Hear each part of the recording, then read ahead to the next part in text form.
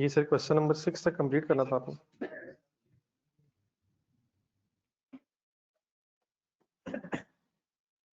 ये निकाला रजिस्टर करें फाइनली क्वेश्चन नंबर 6 तक।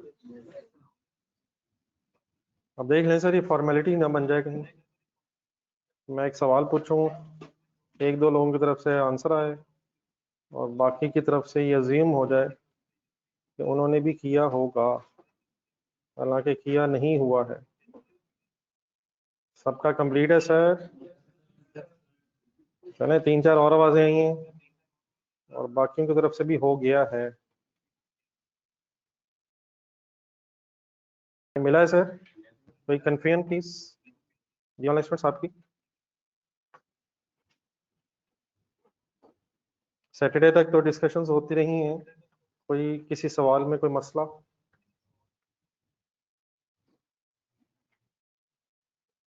चले रजिस्टर का जरा एक नया पेज निकालें।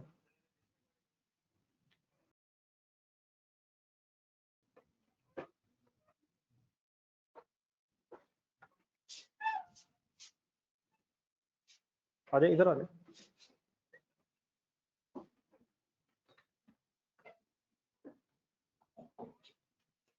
जी सर, मैं अज्यूम कर रहा हूँ क्वेश्चन नंबर 6 तक कोई इशू नहीं है अब किसी का यार। सही है। चलिए हेडिंग लिखें exchange of assets.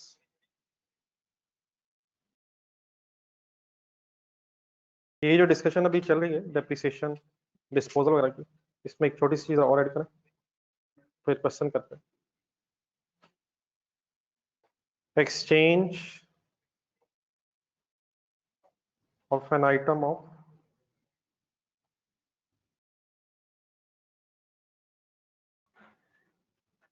Property plant and equipment, land building plant machinery वगैरह में से अगर कोई एसेट आपने एक्सचेंज कर लिया है। पीपीई स्टैंड्स फॉर एक्सचेंज का कॉन्सेप्ट समझने के लिए जरा एक छोटी सी एग्जांपल जरा बना लें। तकरीबन वही चीजें जो हम पिछली क्लासेस में डिस्कस करते रहे, छोटा सा एक चेंज है, तो प्लीज आपने, मैं आइडिया देता हूँ, खुद ही बताना है। An old equipment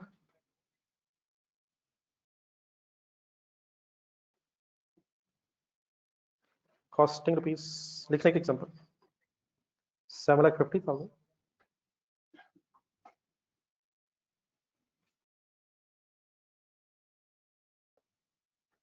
having accumulated appreciation of rupees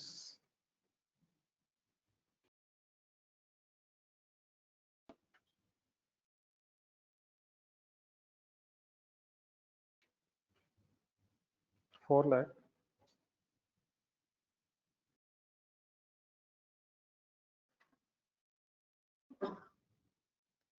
is exchanged against a new equipment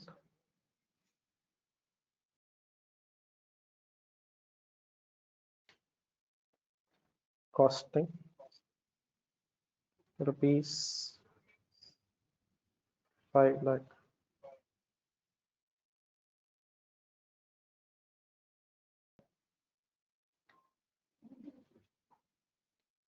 The company settled the transaction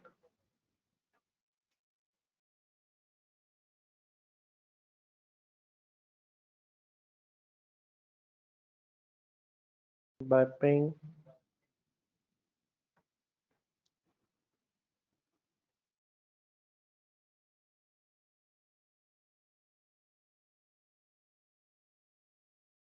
rupees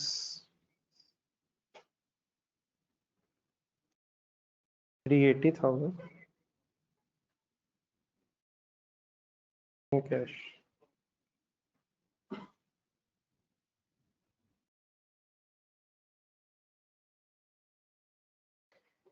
And old equipment costing, sorry first time cost के साथ ing लगाना. An old equipment costing rupees 7,50,000 having accumulated appreciation of rupees 4 lakh is exchanged against a new equipment costing rupees 5 lakh. The company settled the transaction by paying rupees 3,80,000 in cash. Note करके जरा एक दफा जरा पढ़ लें जरा। और translation करने की कोशिश करना जरा अपने लिए।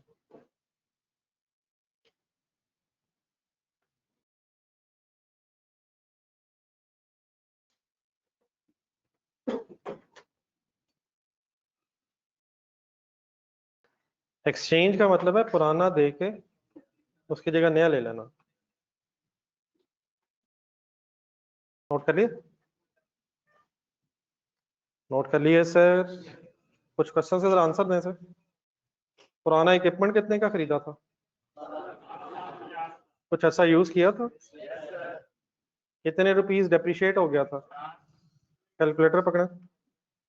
देयरफॉर डब्ल्यूडीवी कितनी थी? तो 3,50,000 डब्ल्यूडीवी वाला एसेट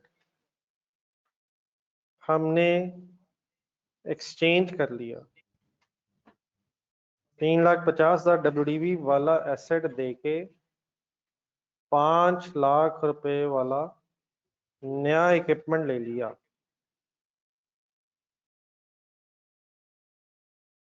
लेकिन साथ फिर एंड में 3,80,000 रुपया कैश भी दिया।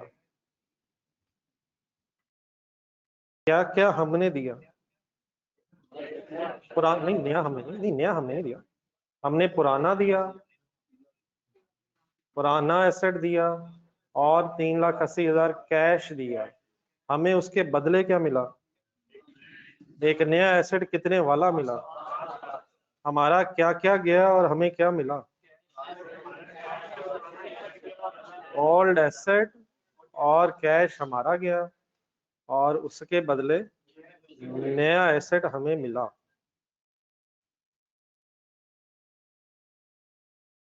क्या डेबिट हुआ, क्या क्रेडिट हुआ? न्यू एसेट डेबिट होगा। न्यू एसेट कितने से डेबिट होगा?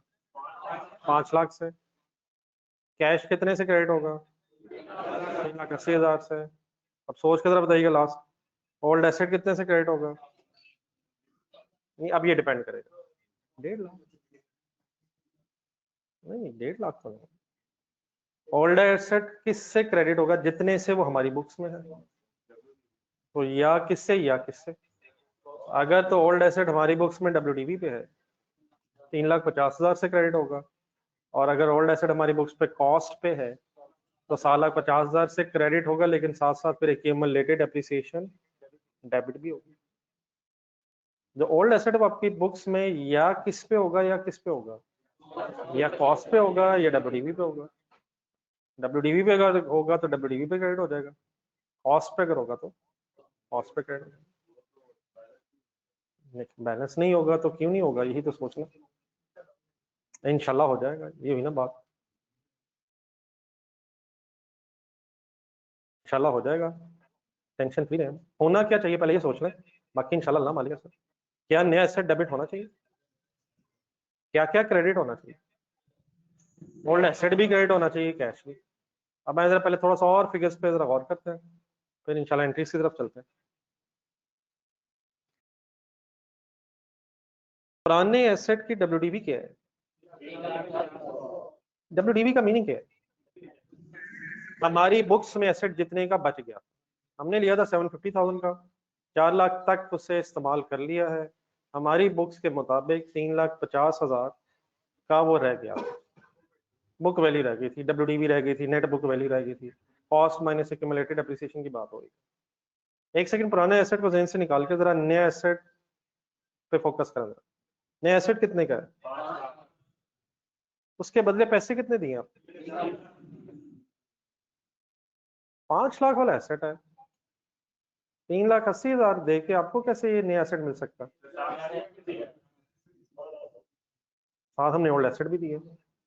तो पुराने एसेट की वजह से हमें नए एसेट के अगेंस्ट कितने कम देने पड़े? वर्किंग सिंपल ही है, लेकिन अगर जरूरत पड़ती है तो कैलकुलेटर यूज करें। नया एसेट है कितने का? पैसे हम कितने दे रहे हैं? अगर पुराना एसेट ना होता तो 5 लाख कैश दे के एसेट लेते। 5 लाख एसेट है, 5 लाख पूरा देते। लेकिन पुराने एसेट की वजह से हमें 1,20,000 कम देना पड़ रहा है। कैश टर्म्स में कम देना पड़ रहा है। क्या की वजह से कितना कम देना पड़ रहा है कैश? ये वर्ड सीखे मेरे? 5 लाख एसेट, 380,000 कैश दे रहे हैं, डेफिनेटली ओल्ड एसेट दे रहे हैं, तो ओल्ड एसेट की वजह से हमें 1,20,000 नए एसेट के अगेंस्ट कम देना पड़ा। अब जरा ऐसे प्रैक्टिकली सोचते हैं कि ये सारी स्टोरी जरा प्रैक्टिकली कैसे हुई होगी। तब थोड़ा सा विजुलाइज करें, बिजनेस आपका है और आप किसी सप्लायर के पास जा रहे हैं, नया एसेट खरीद रहे हैं।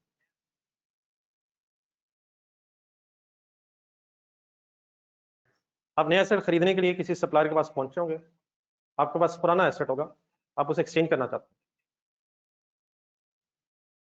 आपने पुराना एसेट सामने रखा होगा और नया एसेट पसंद किया होगा। सर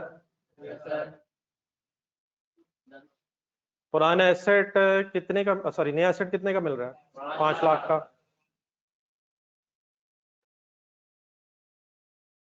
फिर आपने कहा होगा यार मैं तो पुराना एसेट दे रहा हूँ साहब, तो मैं तो 5 लाख फिर पूरे नहीं दूंगा। उसने भी बात को समझा होगा। फिर पुराने एसेट को गौर से देखा गया होगा, वो भी देख रहा होगा, आप भी देख रहे होंगे। अब इस पुराने एसेट की मार्केट वैल्यू डिटरमिन होगी।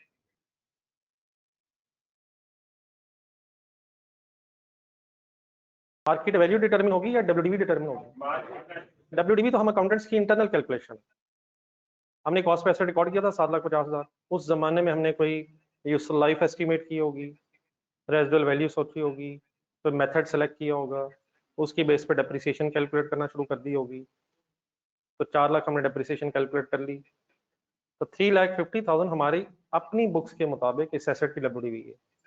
क्या ये हो सकता है कि इस एसेट की डब्ल्यूडीवी और इस पुराने एसेट की मार्केट वैल्यू में डिफरेंस हो?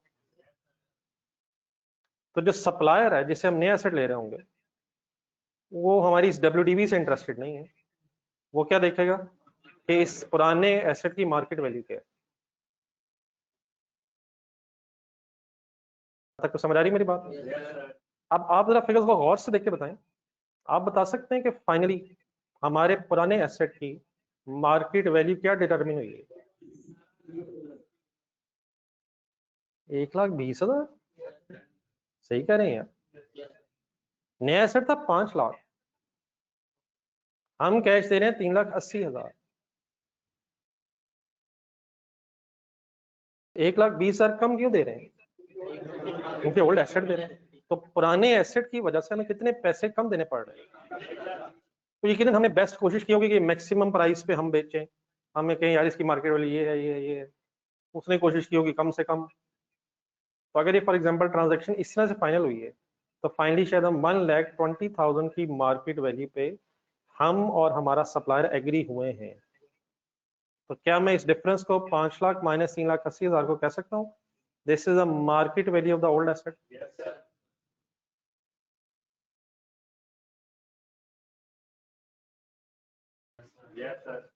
And what is the WDV of old asset?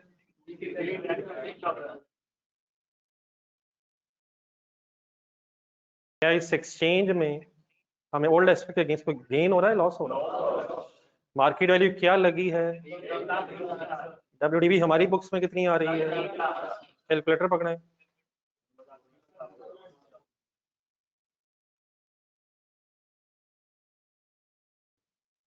$3,50,000 minus is equal to क्या है? 2,30,000 loss on exchange. Consideration please. क्या एक्सचेंज में हमेशा लॉस ही होता है? गेन भी हो सकता है, लेकिन जो सिनेरियो मैंने क्रिएट किया इन फिगर से लग रहा है कि हमें लॉस हो रहा है। कुछ दिन पहले हमने एक बहस की थी, जरा पिछले पेजेस पे नया रजिस्टर के, अगर डिस्पोजल हो कैश के अगेंस्ट, क्या बोला मैंने? जब पहली एग्जांपल आपने लिखी थी क्वेश्चन नंबर 1 से पहले, बिल्कुल बेसिक वाली, जरा थोड़ी सी रिवाइज करके जरा इधर बात करते हैं। एक पहली एग्जांपल डेप्रिसिएशन मेथड्स की बहस के बाद छोटी सी एक एग्जांपल जिससे फिर हम अपनी गेम स्टार्ट की थी हमने आगे, एंट्री से बिल्कुल पहले एक फार्मूला डिसाइड हुआ था गेन लॉस ऑन डिस्पोजल का। किसको किससे कंपेयर करें? तो गेन या लॉस मिल जाता है। सेल प्रोसीड्स मींस कैश और डब्ल्यूडीवी। अगर तो सिंपल डिस्पोजल हुई हो कैश के बदले, तो आप कैश मींस जो मिला आपको सेल प्रोसीड्स, उसको डब्ल्यूडीवी से कंपेयर करेंगे। अगर कैश ज्यादा है तो गेन है, वाइस वर्सा कैश कम है तो लॉस। लेकिन अगर यही गेन लॉस हमने फाइंड आउट करना हो एक्सचेंज ऑफ एसेट्स में, डिस्पोजल की जगह एक्सचेंज ऑफ एसेट्स में, तो आप बताएंगे अभी 2,30,000 आपने किन फिगर्स की बेस पे फाइंड आउट किया? Market value of the old asset and WDV.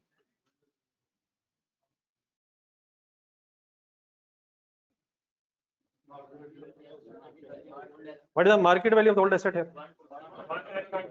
कैसे फाइंड आउट हुई? Cost of the new asset 5 lakh minus cash paid against the new asset 3,80,000। तो market value of the old asset हमने compare की है WDV of the old asset से, और हमें महसूस हुआ है कि ये लॉस ऑन एक्सचेंज है। तो वर्ड्स का थोड़ा सा फर्क है, वहां वर्ड्स क्या है, यहाँ वर्ड्स क्या है। सेल प्रोसीड्स की जगह market value of the old asset, बाकी डब्ल्यूडीवी वही है, WDV of the old asset वहां भी है यहाँ भी। नहीं समझ आई? एक सेकंड और, बाकी अभी लिखते हैं सारा। सर एक और चीज, लेट्स अज्यूम कंसंट्रेशन फुल जरा रखें।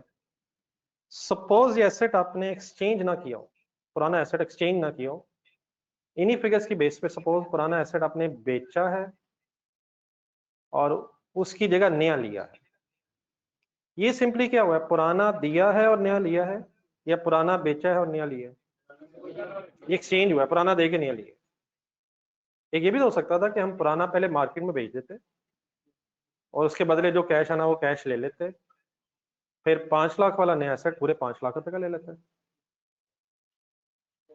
तो इन फिगर्स की बेस पे आप बता सकते हैं पुराना एसेट हमारा कितने का मार्केट में बिक जाता? मार्केट वैल्यू पे चीजें बिकती हैं, कॉस्ट पे बिकती हैं, या डब्ल्यूडीवी पे बिकती हैं? तसल्ली से सोच। फॉर एग्जाम्पल आपने एक मोबाइल लिया 50,000 का, ये तो आपकी कॉस्ट है। 10, 15, 20, 25, 30 दिन बाद आपको एक नया मोबाइल का मॉडल नजर आया, अल्हम्दुलिल्लाह पैसे हैं, तो अब आपका दिल कर रहा है नया लूं। अब पुराना अगर आप बेचने जाएंगे, पुराना बेचने जाएंगे तो पुराना किस प्राइस पे बिकेगा? जो उस वक्त की सेल प्राइस होगी। तो चीजें हमेशा मार्केट प्राइस पे बिकती हैं। तो लेट्स अज्यूम अगर इस ओल्ड एसेट को इन्हीं फिगर्स की बेस पे सेल किया होता तो हमें कितने पैसे मिल जाते? 1,20,000। उस 1,20,000 को हम अपनी जेब में रखते, 3,80,000 किसी और जेब से निकाल के इकट्ठे कर लेते, कितने टोटल हो जाते, और 5 लाख का नया खरीद लेते। क्या ये भी हो सकता था? लेकिन क्या हुआ, बहुत से मेरे वर्ड सुने, हमने 1,20,000 कैश पकड़ने की बजाय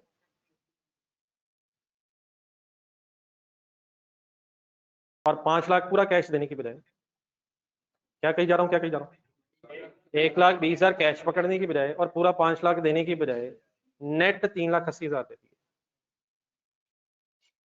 क्या 1,20,000 पकड़ के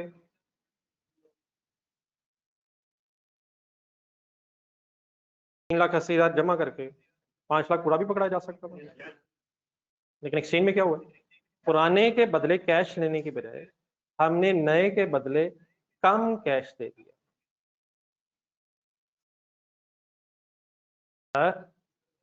पुराने का कैश लेके पूरा भी दे सकते थे। अगर ऐसे होता फिर तो ये सिंपल कैश के अगेंस्ट डिस्पोजल है।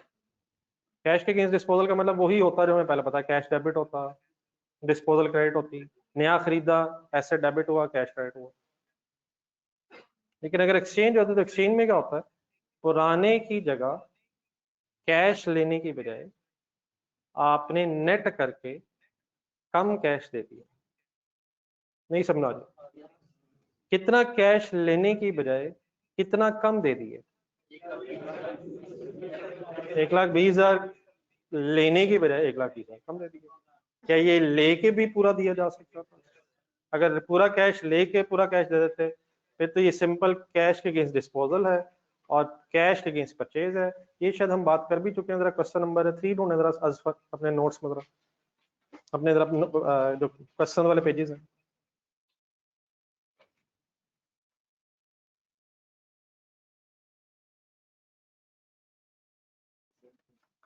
अजफर सर, अजफर नहीं मिला? क्वेश्चन देखना आपने उसका सिंपल। क्वेश्चन का डाटा मेरा ख्याल है 1 जनवरी 2012 की कोई डेट, पॉइंट नंबर 3 है शायद।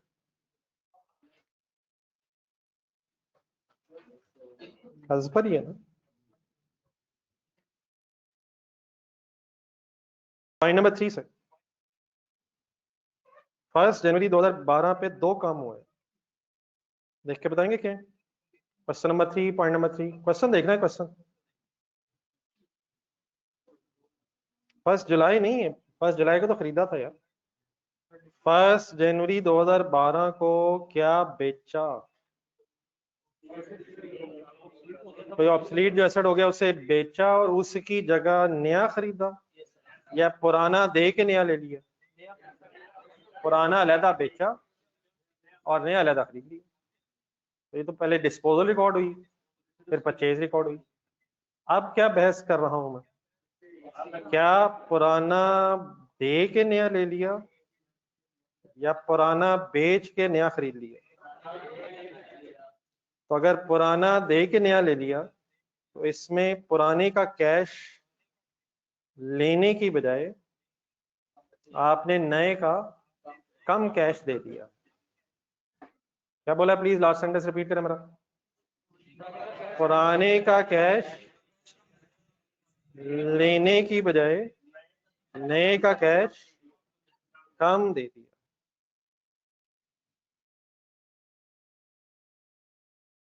एक सेकंड, कहां था?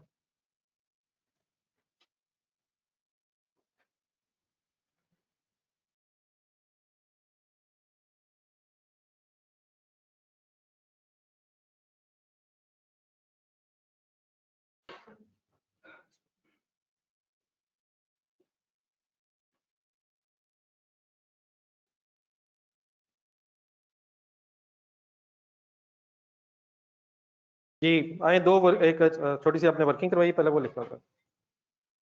Gain slash loss on exchange. अगर आपने ये कैलकुलेट करना है कि व्हाट इज द गेन या लॉस ऑन एक्सचेंज,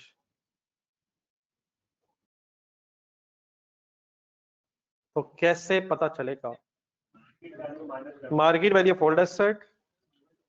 अच्छा ये भी मेरे वर्ड्स एक सेकंड दोबारा सुना गौर से। Market value of new asset, market value of old asset and WDV of the old asset. Old asset की बहस हो रही है, लेकिन एक सेकंड रुकिए जरा। ये जो market value of old asset है, इसके लिए एक अकाउंटिंग में नाम यूज किया जाता है, trade in allowance. Let me complete please, just एक मिनट। ट्रेड इन अलाउंस एक टर्म है जिसका सिंपली मीनिंग क्या है? Market value of old asset. Just एक minute.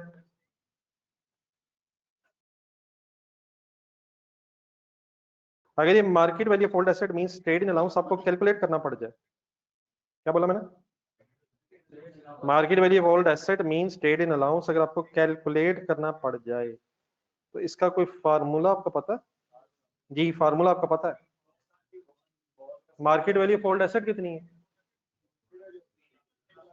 Come on, market value of old asset 1,20,000 कैसे निकाला आपने? Cost of new asset minus cash paid, cash paid against new asset.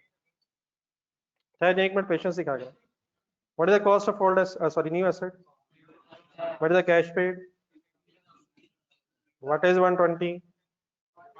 Market of old asset is called as trade in allowance. Market value of old asset ही का एक नाम आपको trade in allowance बता रहा हूँ। ऊपर आए वापस। Trade in allowance means market value of the old asset में से किसका डिफरेंस लेना है? WDV of the old asset. WDV of the old asset का फार्मूला, परेशान ना हो जाइएगा, परेशान ना हो जाइएगा, which means 1,20,000 minus 3,50,000 and which means कि 2,30,000 is loss on exchange in this case.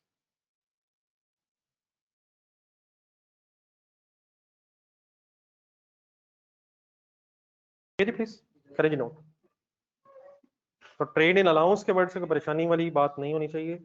Trade in allowance simply means एक नाम रखा गया है मार्केट वैल्यू फोल्ड एसेट का.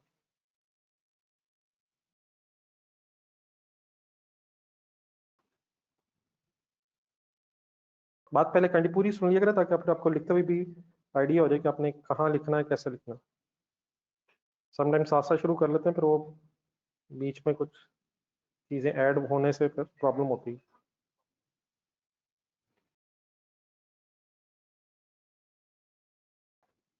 मार्कर की बारी कब आएगी और बॉल पॉइंट की कब आएगी? नहीं छुपाए ना, अच्छा लग रहा है.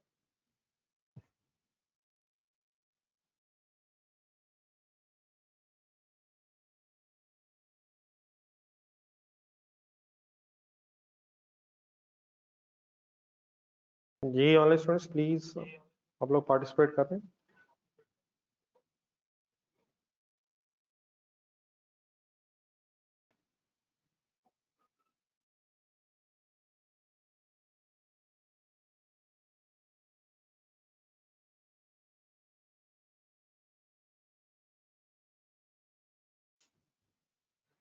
जी एहसन जज़ाकल्लाह.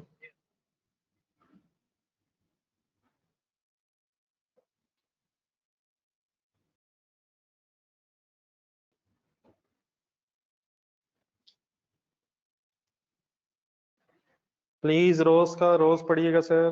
रिवाइज करने को कहूँ तो जरूर कीजिएगा. ये वक्त बड़ी तेजी से गुजर जाता है, चीजें एक्यूमुलेट हो जाती हैं, फिर इम्पॉसिबल है कि कवर हो जाए. साथ साथ कवर किया हो तभी क्लासेस का भी तभी फायदा होता है. वरना हर चीज अब डेफिनेटली जो चीजें डिस्कस होती जा रही हैं, इट इज अज्यूम कि आप उन्हें जहन में रखते जा रहे हैं और देर पर बाद में उतना टाइम तो नहीं लगाया जा सकेगा.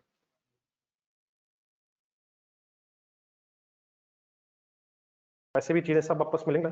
जब भी कभी अभी डेप्रिसिएशन आएगी, एक्सचेंज आ जाएगा, तो इट इज अज्यूम कि अभी जो बहस होगी इन दिनों में ये आपके जहन में है. ऑलरेडी सिलेबस बहुत ज़्यादा है, बहुत ज़्यादा होते हैं, तो बार बार एक ही चीज़ को रिपीट करने का शायद इतना टाइम भी नहीं होता.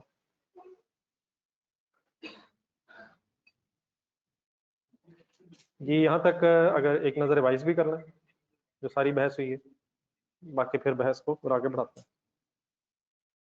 कोई मेरी किसी बात में, किसी फिगर में कोई कन्फ्यूजन?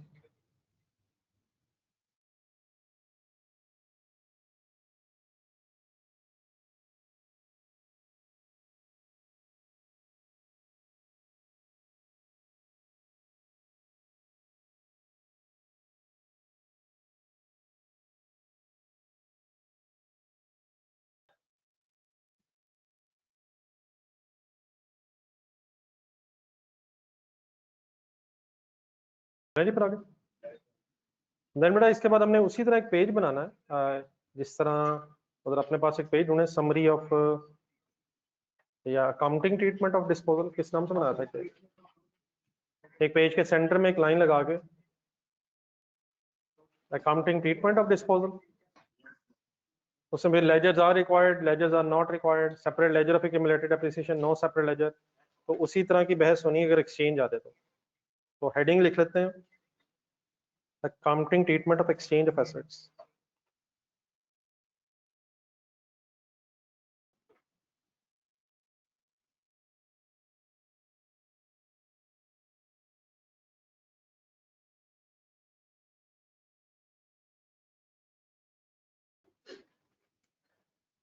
अगर एसेट्स एक्सचेंज हो जाए पता चले हमारे सवाल में, तो हम फिर क्या एंट्रीज जहन में लाएंगे. हेडिंग लिख के जरा थोड़ा सा करवा दें, फिर आप लिख लीजिएगा. Once again there is a possibility कि जो ओल्ड एसेट है, बस लिखना छोड़े सर, मेरे जरा वर्ड्स गौर से सुने. हो सकता है ओल्ड एसेट हमारी बुक्स में WDV पे आ रहा हो और दूसरी सिचुएशन क्या हो सकती है, या कॉस्ट पे आ रहा हो। In other words, if no separate ledger of accumulated depreciation, no separate ledger of accumulated depreciation, और ऑपोजिट साइड पे फिर क्या पॉसिबिलिटी बन जाएगी, देखें जी, पहले हेडिंग से पूरी करें। इफ सेपरेट लेजर ऑफ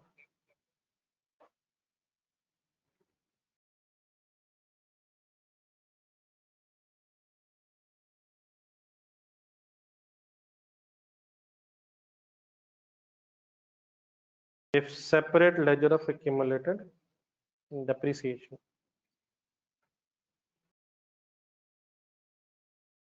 अभी बार बार इस तरह के वर्ड्स हमने बोला करने हैं, सबको पता है इनका meaning. No separate ledger of accumulated depreciation का मतलब एसेट अकाउंट WDV पे है, और separate ledger of accumulated depreciation का मतलब कॉस्ट पे लेजर हमारा है, कॉस्ट के बैलेंस पे है।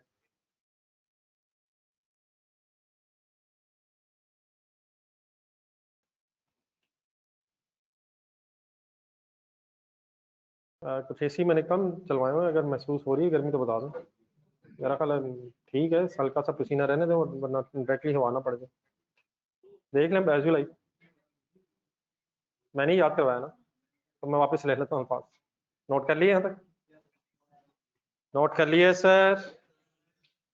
जरा एक्सचेंज पेज देख के बताइएगा उधर जरा, पहले हमने इफ लेजर्स आर रिक्वायर्ड में किया था या नो लेजर्स, नहीं दो हेडिंग्स मैंने बनाई थी 1 और 2, चले उसी तरह ही कर लेते हैं, लिखे निकल। If ledgers are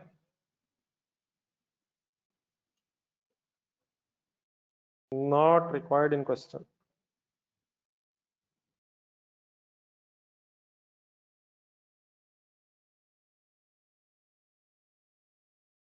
if ledgers are not required in question, तो क्या करेंगे जी हम, या क्या किया था बताएं पहले। है तो फिर कंपाउंड एंट्री में ही गेन या लॉस निकाल लिया था। प्लीज यार देख लेना, तो अगर देखना दोबारा, अगर ledgers are not required in question situation थी वहां पे, तो लेफ्ट साइड पे क्या एंट्री हुई थी, कैश डेबिट। देख के सर प्लीज, साथ वाले को नहीं देखना प्लीज, यही देखना। कैश डेबिट, एसेट क्रेडिट किस अमाउंट से, WDV on the date of disposal, और एंट्री बैलेंस करने से गेन या लॉस पता चल जाएगा।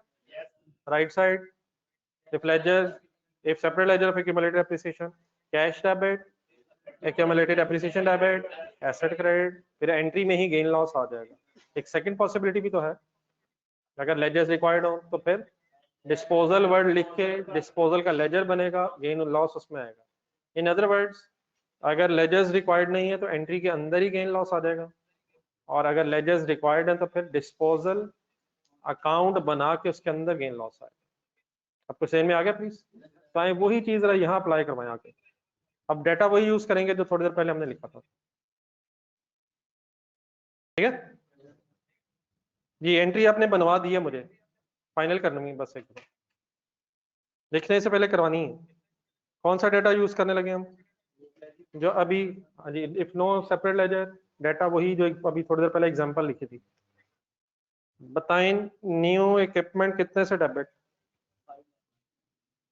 जी ये तो बता दें क्या हो गए। अब मैं बीच में फिगर्स लिख रहा हूँ, डेफिनेटली 5 लाख बदल सकता है, मींस एट कॉस्ट कर दूं, सॉरी नहीं, सेम डाटा देखे ना सर, प्लीज कोई तो देखे। न्यू इक्विपमेंट कितने से डेबिट, अब फाइनल सोच के बताएं, ऊपर लेफ्ट साइड की ऊपर हेडिंग देख के, ओल्ड इक्विपमेंट कितने से क्रेडिट। अजी हिम्मत मारे, हिम्मत हिम्मत हिम्मत। WDV पे या कॉस्ट पे, 3,50,000 पे, फिर हमारी बुक्स में 3,50,000 पे आ रहा होगा, means once again at the time of exchange. नहीं समझ रहा है, आगे कैश कितना क्रेडिट, 1,20,000, ठीक है सर, बस यही है। नया आया है, पुराना गया और साथ कैश गया, लेकिन डेफिनेटली एंट्री बैलेंस नहीं है। कैलकुलेटर उठा,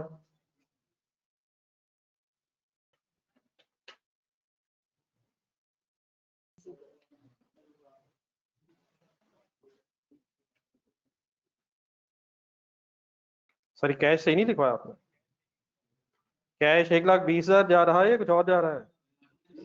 यार कैश तो सही लिखवा दो। नया एसेट कितने का प्लीज? 5 लाख। ओल्ड एसेट कितने पे क्रेडिट होना है? 3,50,000 WDV पे। कैश 1,20 देना है, 3,80,000 सॉरी जी, 1,20,000 तो कम देना है। देना एक्चुअली कितना है? 380। सॉरी मैंने फिगर गलत लिख दी। ये बैलेंस करें बेटा, प्लीज बैलेंस करो यार, एंट्री यार खुदा के नाम लो। सर कैलकुलेटर की जरूरत है, जुबानी नहीं हो रहा। ये कौन सी साइंस बना ली कि अब हमने जुबानी करना जो नहीं हो रहा। Please check the figures. किन अमाउंट्स में डिफरेंस रह गया है? डेबिट अमाउंट्स कम है या क्रेडिट अमाउंट?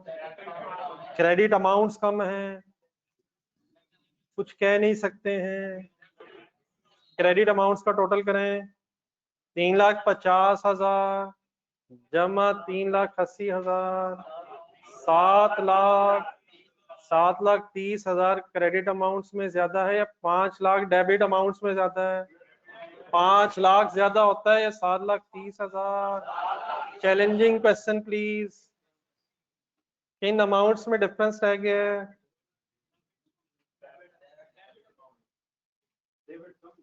किन अमाउंट्स में डिफरेंस रह गया है? क्रेडिट अमाउंट्स में कौन सी अमाउंट्स कम है? कितने से कम है? गेन आ गया है, कब गेन होगा कब लॉस होगा? क्रेडिट अमाउंट्स में गेन होगा।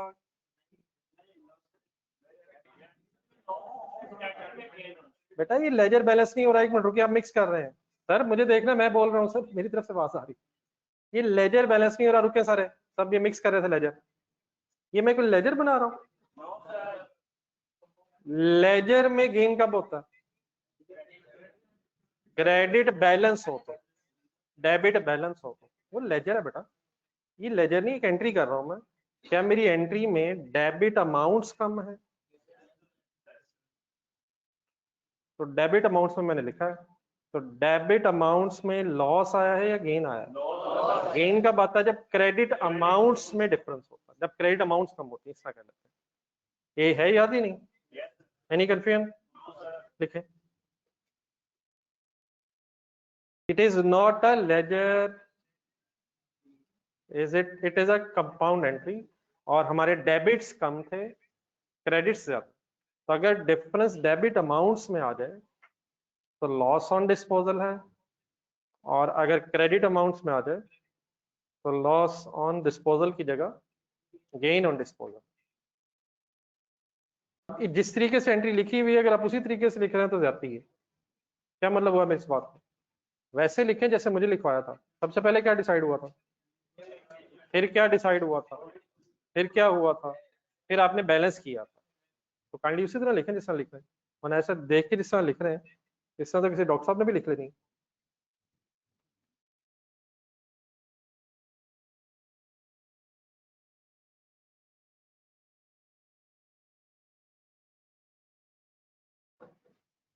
एनी कंफ्यूजन है? परेशान है?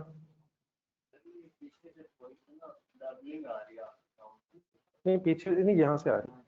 मैं थोड़ी सी कम करूँ, लेकिन इसका मतलब ये हुआ कि आप बहुत माइन्यूटली गौर कर। मैंने असल में जरा स्पीकर ऑन रखा हुआ ऑनलाइन बोला, ताकि मुझे अंदाजा होता रहे कि ऑनलाइन की तरफ मेरी आवाज़ ठीक जा रही है नहीं। इंशाल्लाह अपनी आएगी। जी सर। क्या है बेटा, एग्जाम्पल में लिखा था 3,80,000 की। जी सर, नहीं 3,80,000 कैश किया है ऊपर। नहीं नहीं, एक सेकंड छोड़ा, अपनी एग्जाम्पल देखते हैं। 5 लाख एसेट था और कंपनी ने कितने पैसे दिए? 3,80,000 ही था ना? तो जितने पैसे देंगे उतने ही कैश क्रेडिट होगा। नहीं नहीं प्लीज, तो वो मैंने गलत लिखा था, सॉरी। वो क्या 1,20,000 कैश गया है या 3,80,000? 1,20,000 क्या था उस बहस में? जो नहीं गया है वो ठीक है, वो तो अदरवाइज जो नहीं गया है तो वो मैंने गलती से 120 लिख दिया। इस एग्जाम्पल के मुताबिक 380,000 कैश गया है और कितना कम गया है?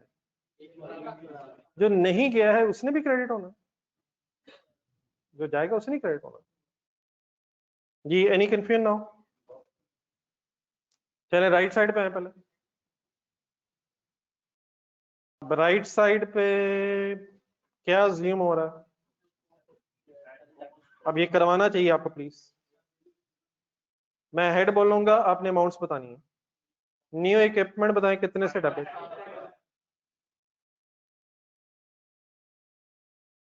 अब सोच के प्लीज। ओल्ड इक्विपमेंट इस केस में कितने से credit? At cost. Same example, लेकिन कॉस्ट पे क्रेडिट होने की वजह से any new head appearing on this in this entry, accumulated depreciation कितने से डेबिट? प्लीज कितने से डेबिट? 4 लाख। कैश कितना क्रेडिट? कैश कितना क्रेडिट? 3,80,000। प्लीज दोबारा कैलकुलेटर पकड़ें।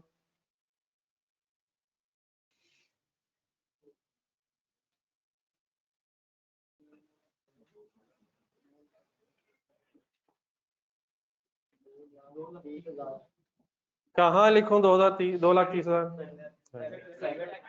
क्रेडिट साइड पे 2,30,000।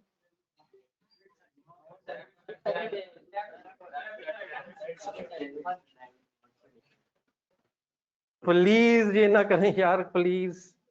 दोबारा कैलकुल 9 लाख तो उधर हो गया ना, 5 लाख जमा 4 लाख। इनका सम बताएं। 7,50,000 प्लस 3,80,000। 2,30,000 का डिफरेंस किस तरफ लिखूं? क्रेडिट बैलेंस किन अमाउंट्स में डिफरेंस है? डेबिट अमाउंट्स में, ठीक है प्लीज।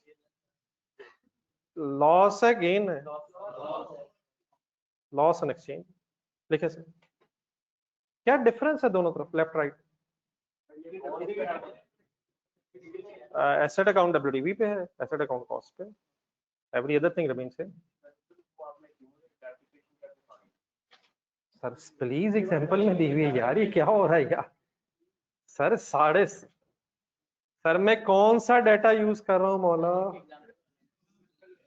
यार मैं सॉरी कर लेता हूँ, मैंने गलती से 1,20,000 लिख दिया था। अब इंशाल्लाह मैं पूरी कोशिश करूंगा कि आपसे पूछ के लिखो। तो अब आप काइंडली मुझे फिगर बताएं, हम उसी एग्जाम्पल को बेस बना के वर्किंग कर रहे हैं।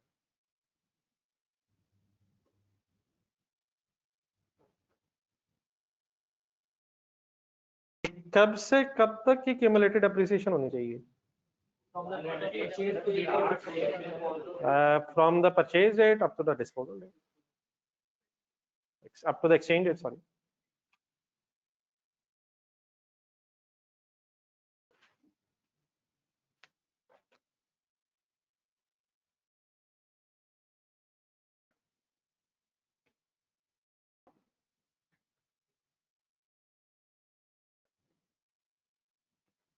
अगर किसी क्वेश्चन में एसेट्स एक्सचेंज हो जाए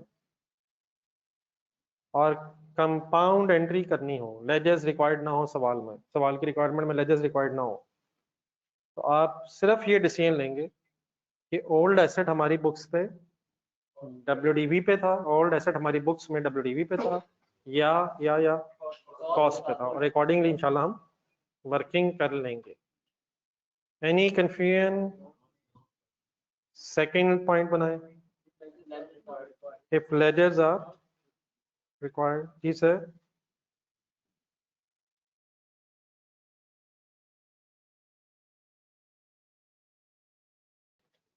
जी ऑनर स्टूडेंट्स प्लीज ओके है?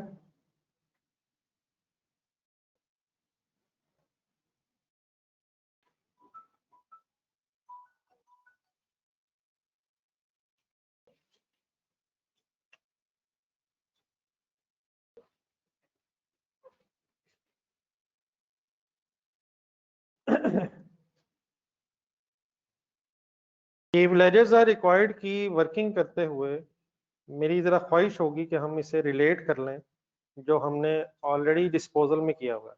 तो ये तो इंशाल्लाह अभी आप मुझे सोच के बोर्ड पे लिखवाएंगे। आप अपने सामने एंट्रीज वो रख लें जो हमने पेज बनाया हुआ है। और देखिए इन्हीं चीजों को काइंडली प्लीज सीरियस नहीं, यही से आहिस्ता आहिस्ता गेम इंशाल्लाह वहां पहुंच जानी जो अभी हम सोच भी नहीं सकते, लेकिन हर रोज अगर कंसंट्रेट करेंगे तो इंशाल्लाह बगैर किसी टेंशन के दूर निकल जाएंगे। तो what is the only thing जो हो गया है उसे जहन में सही रखने की कोशिश की जाए।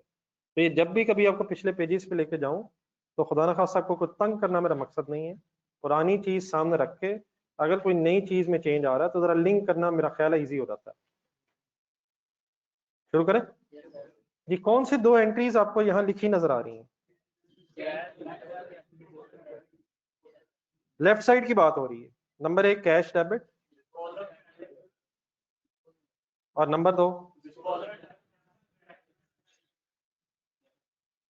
Disposal debit. एसेट जरा मैं इस वक्त स्पेसिफाई करना चाह रहा हूँ ओल्ड इक्विपमेंट, और डेफिनेटली बिल्कुल ठीक आप कह रहे हैं, ये दूसरी एंट्री किस अमाउंट पे होनी है?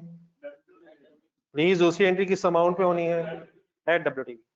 अब इसका करें जरा पिछले पेज से वापस आ रहे हैं। मैंने जो लिखवाना था आपसे देख के वो लिखवा लिया मैंने। क्या आपने वही लिखवाया जो वहां लिखा हुआ था? अब हमने बस ये देखना है कि क्या ये एंट्रीज इस एक्सचेंज के केस में सेम रहनी चाहिए, या अगर कुछ चेंज आना है तो क्या? ये मैंने कौन सा वाला अपने सामने लिख लिया हुआ है जो डिस्पोजल में होता है? नो सेपरेट लेजर में जो डिस्पोजल में एंट्रीज होती हैं वो हमने सामने रखनी है। अब हम ये देखने लगे हैं, दोबारा अपनी एग्जांपल देखेंगे। अब हम ऊपर जो लिखी हुई है कि कोई चेंज आना चाहिए या नहीं, अगर आना चाहिए तो कर लेंगे और अगर नहीं आना चाहिए तो नहीं करेंगे। सब रेडी जी? डाटा कौन सा देखेंगे प्लीज? वही एग्जांपल जी। पहली एंट्री, नहीं नहीं एक मिनट, एक जस्ट स्टार्ट में एंड आउट। क्या इस एक्सचेंज में कैश आ रहा है? बिल्कुल सही हो गया, कैश तो जा रहा है, कैश तो नहीं आ रहा। ये कंफर्म, कैश नहीं आ रहा, कैश की जगह एसेट आ रहा है। बताएंगे देखिए कितने वाला एसेट आ रहा है? 5 लाख वाला आ रहा है। अब जरा 5 लाख वाले एसेट को जरा ध्यान से सोचना जरा। 5 लाख वाला एसेट कैसे आ रहा है? कंसंट्रेट जरा। 3,80,000 सॉरी 3,80,000 रुपया कैश देके और 1,20,000 बगैर कैश दिए पुराना एसेट देके, बगैर कैश दिए पुराना एसेट देके, डेफिनेटली बगैर कैश दिए ऐसे नहीं उठा लिया खुदा ना खास्ता, पुराना एसेट देके। तो 5 लाख एसेट आ रहा है, लेकिन उसके अगेंस्ट कैश कितना जा रहा है? तो क्या मैं कह सकता हूं कि 5 लाख में से, सुनना ना सेंटेंस बहुत से सुना, 3,80,000 का एसेट तो हम कैश के अगेंस्ट ले रहे हैं और बाकी 1,20,000 रुपए का एसेट विदाउट कैश दिए ओल्ड एसेट दे के ले रहे हैं। अब मैं डेफिनेटली एसेट को कोई खुदा ना खासा तोड़ना नहीं चाह रहा, लेकिन उस 5 लाख का एक ब्रेकअप बन रहा है। 5 लाख में से 3,80,000 का कैश, 3,80,000 तक का एसेट कैश देके और बाकी 1,20,000 का नया एसेट ओल्ड मशीन देके है विदाउट कैश दिए है। समझ आई? तो क्या इस केस में एक नई एंट्री भी होनी चाहिए नए एसेट की,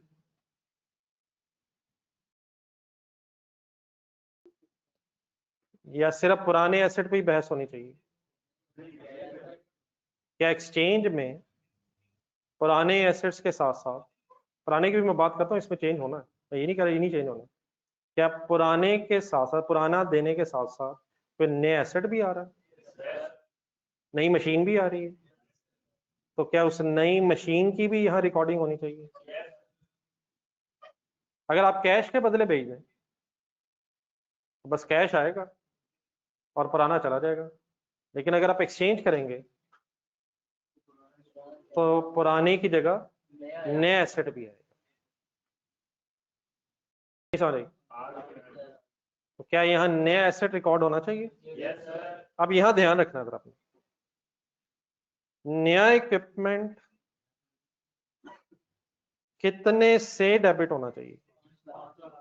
अरे टेंशन ना लें सर, वही बातें हो रही हैं।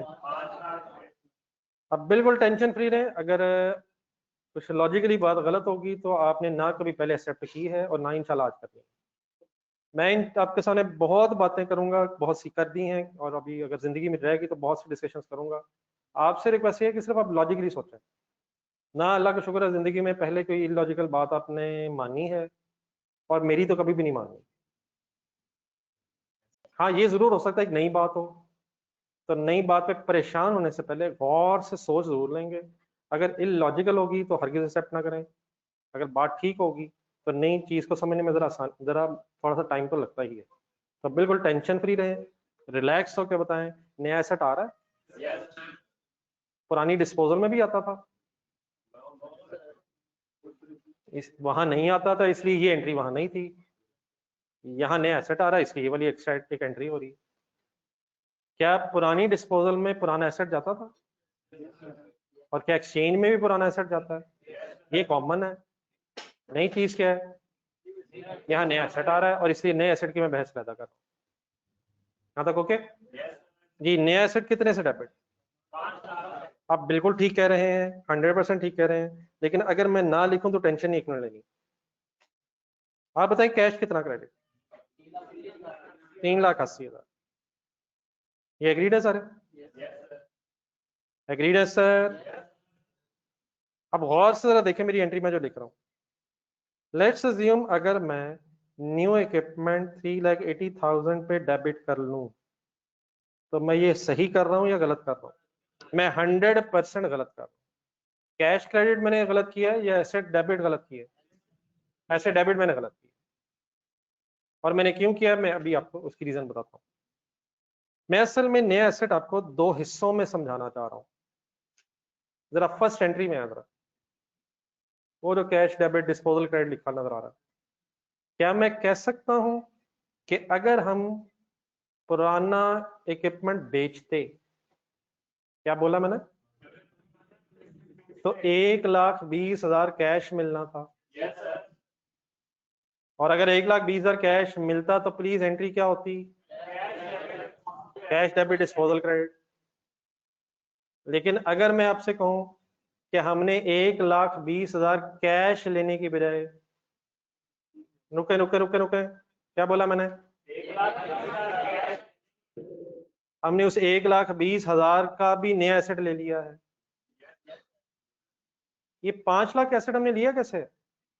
3,80,000 कैश लिया है और 1,20,000 कैश ना लेके लिया है।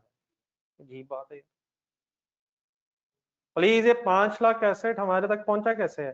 3,80,000 कैश देके और 1,20,000 पुराने एसेट का कैश ना देके, ना सॉरी लेके, ना लेके। दोबारा रिपीट कर लेते हैं। नया एसेट कितने का है? कैसे ये 5 लाख का हमारा हुआ? 3,80,000 कैश दे दिया और 1,20,000 कैश नहीं दिया, कैश ना लेके पुराना देके, पुराना दिया, और उस पुराने के बदले 1,20,000 कैश पकड़ने की बजाय उसकी जगह भी 1,20,000 तक एसेट पकड़ लिया नया वाला।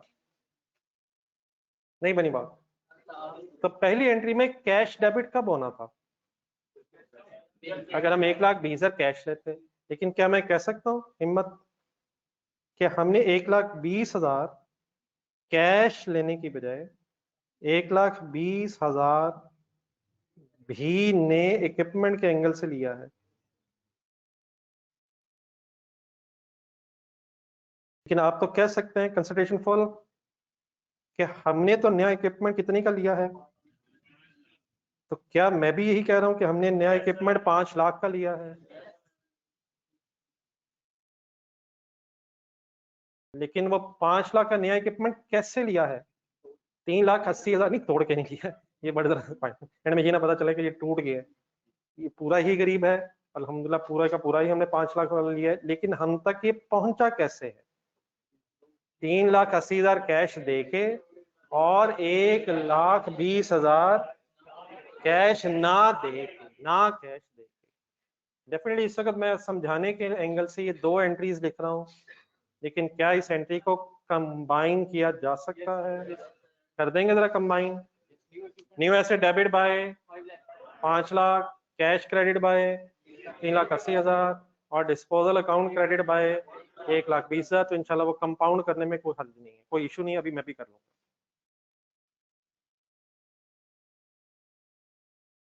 ये पहली और तीसरी एंट्री लेफ्ट साइड पे देख के क्या अब हम एक ही जगह पहुंच गए हैं? कुछ मेरी बात सबको समझ आई है?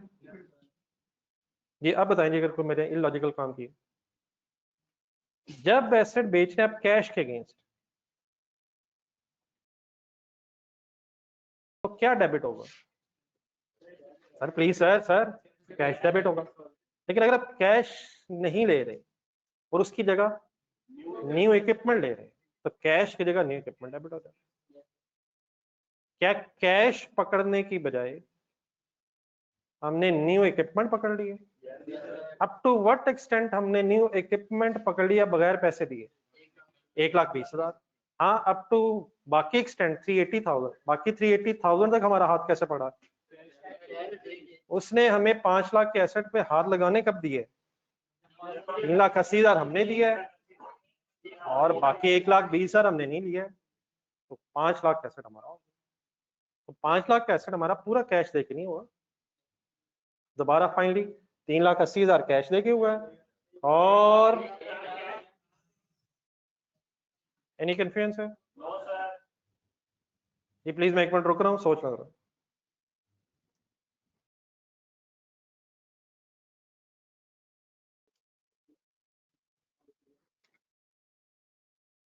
एग्रीड है जी प्लीज जी ऑनलाइन स्टूडेंट्स? अब दरमियान में एक एंट्री रहती है, किस चीज की एंट्री? ओल्ड इक्विपमेंट की, डिस्पोजल की। इसकी फिगर जरा आपने बतानी है और लेफ्ट साइड जरा देखनी है, बल्कि फिगर भी बतानी है और ये भी बताना है क्या इस ओल्ड इक्विपमेंट वाली एंट्री को सेम रहना चाहिए? नहीं, वो अमाउंट की बात अभी कर लेते हैं। क्या ये वही एंट्री है जो वहां भी थी? क्या ओल्ड एसेट वहां भी डिस्पोज हो रहा है? या इस डिस्पोज की जगह फिर आप कहेंगे वर्ड जरा चेंज कर लेता हूँ, क्या वहां भी ओल्ड एसेट जा रहा है? यहाँ भी ओल्ड एसेट जा रहा है। वहां किसके बदले जा रहा था? यहाँ किसके बदले जा रहा है? तो पुराने एसेट की बेटा एंट्री बिल्कुल सेम रहेगी। अमाउंट काइंडली जरा ढूंढ के बता देंगे कितनी होगी? सही बताइएगा प्लीज, सही बताइएगा। नो सेपरेट लेजर ऊपर चल रहा है या सेपरेट लेजर चल रहा है? तो कितनी अमाउंट से एंट्री होनी चाहिए? 350 means WDV on the date of disposal. तो पुराने एसेट की एंट्री सेम रहेगी और नए एसेट की एंट्री में एक्सचेंज की वजह से थोड़ा सा चेंज आ जाएगा, कैश की जगह नया एसेट आ रहा है। यहाँ तक मैं समझा पाया हूँ कुछ सर? अगर हम कंप्लीट कर लें तो जस्ट एक मिनट जरा। अब ये जो 2 एंट्रीज आपने की है मेरे साथ, ऊपर वाली और पहली और तीसरी कह लें, अभी इकट्ठा कर लेते हैं और ऐसे टेंशन भी ना लीजिएगा। इसको जरा कंपाउंड बनवाते हैं, बनवा दें। न्यू इक्विपमेंट डेबिट बाय हमेशा कॉस्ट, बात फाइनल है। ये कैश क्रेडिट बाय जितना गया है और बाकी 1,20,000 डिस्पोजल अकाउंट में फिगर उसी तरह जाएगी जिस तरह पहले जाती है। ठीक है प्लीज? चलें जी, काइंडली कोशिश करें ये एंट्रीज देखते हैं, फिर आपने मुझे एक डिस्पोजल अकाउंट भी बना के दिखाना है। ये अभी लेफ्ट साइड हो रही है, राइट साइड पे अभी वर्किंग करनी है इसके सामने।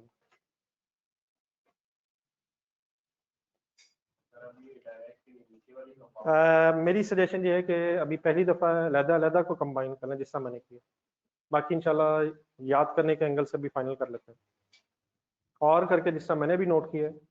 मेरा ख्याल है कि पहला स्टेप यही ठीक है, Aahista Aahista Aahista. Definitely compound entry ठीक है, अलहदा अलहदा याद रखना जरूरी नहीं है।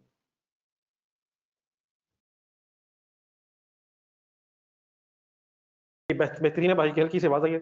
अपने आप को ये एंट्री सुनाया करें जब लिखें, ऐसे देख के लिखना कोई सेंस नहीं है। बोलते हुए थोड़ा सा आपको खुद सुनाई देना चाहिए कि आप क्या कह रहे हैं, क्या कर रहे हैं।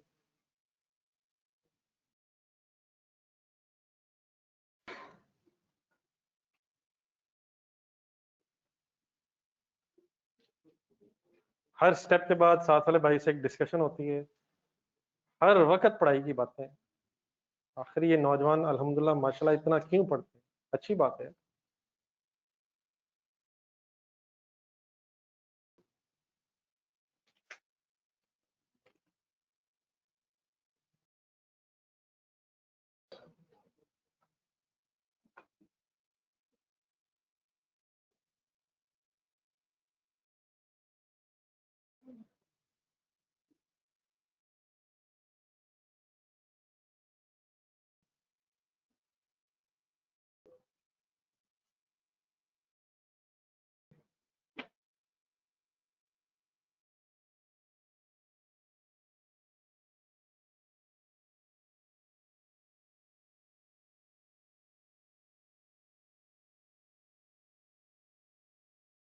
कह सर आपके दो फ्रेंड्स भी नजर आ रहे हैं, कहीं चले गए? कुछ कह भी रहे थे कि शायद हमने कुछ छुट्टियां करने वाले।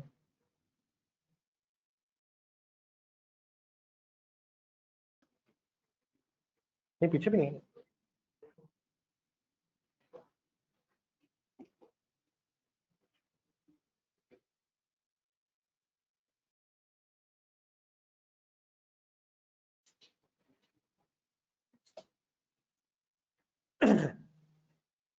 ये अगर नोट कर लेंगे तो काइंडली प्लीज बताइएगा।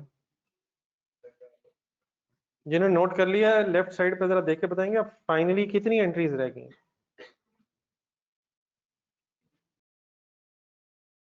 नहीं नहीं वो तो अब पिछला तो ठीक है, अब फाइनली कितनी एंट्रीज रह गई? 4। कौन कौन सी बस फाइनली अब रह गई? एक डिस्पोजल डेबिट ओल्ड इक्विपमेंट वाली, और दूसरी ये जो कंपाउंड एंट्री, यही है ना यार? क्या अलहदा अलहदा पहली और तीसरी भी करेंगे और कंपाउंड वाली भी करेंगे? तो इसका थोड़ा सा अगर नंबरिंग को कर लें फाइनली, मतलब फाइनली अगर आप इसे कभी रिवाइज करना चाहें तो एक एंट्री कौन सी है पुराने एसेट और एक एंट्री नए एसेट की। नहीं समझ आया? पुराने एसेट की क्या एंट्री है? Disposal account debit and all equipment credit, और नए की पूरी entry new equipment debit cash credit and disposal account credit. एक जरा फेवर करें जरा, इस लेफ्ट साइड पे इन एंट्रीज की बेस पे एक डिस्पोजल अकाउंट बनाया जरा। पोस्टिंग एरर नहीं प्लीज।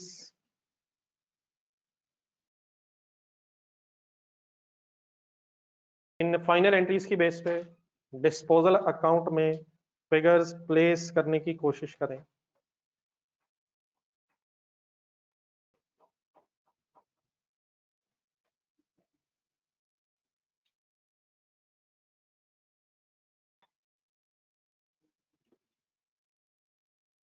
प्लीज एंट्रीज देख के पोस्ट करें।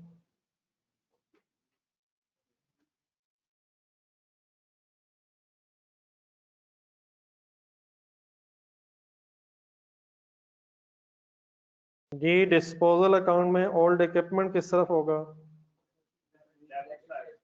कितने से?